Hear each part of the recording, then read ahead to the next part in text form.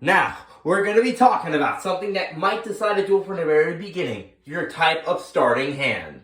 What I mean by that more accurately is your starting hand of the first 5 cards you start in a duel. Now normally because there's a lot of other factors in a duel that can determine if you win or not. Like how the monster you have in your field, what your opponent has face down, how many life points you have. But usually one of the more important things for opening hand, it's like your opening hand, you know. Because you can either get an opening hand that's really good, you can win right away, or an opening hand that's so bad you might as well just surrender and try to get a new one. So let's go over, what different hands could look like and how to use them.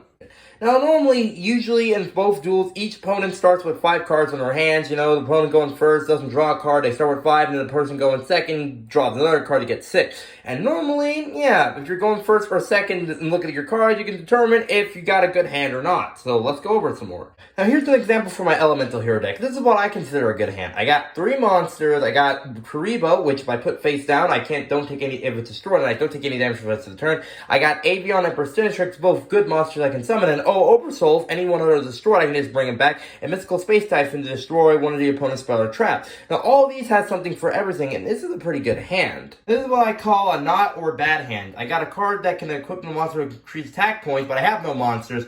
Call Hunt to bring back a monster, or Monster Reborn to bring monster, and a high-level monster I can't summon. Now, yes, Hero Emerges, if they do pick a monster in my hand, I can summon it no matter what the level, but I have to hope that I'm very lucky that they picked a card that's a monster, because if I don't, I have to discard that other card. So this is a bad hand, but hope you get very lucky to summon that one monster. Now this is what I would call a somewhat decent hand. Alright, I got 2 high-level monsters that I can't summon, but I do have my Big Shield Guardian, which has pretty good high defense power, and my skill point position that I can summon pretty decent attack points. And if they do try to steal one of my monsters, I have Owner's Seal. But if I have some of the other cards that I can't summon for a while, I do have Card Destruction, where I can discard every card and draw the same amount of cards I discarded. So it depends on what you think. There is a way to refresh your hand if you don't like it, but you do have some good amount of cards that you can use that is very situational and nice to use. And yes, overall, an outcome of a duel or a start of the duel, depending how you look at it, is a lot of times something determined by your very specific starting hand.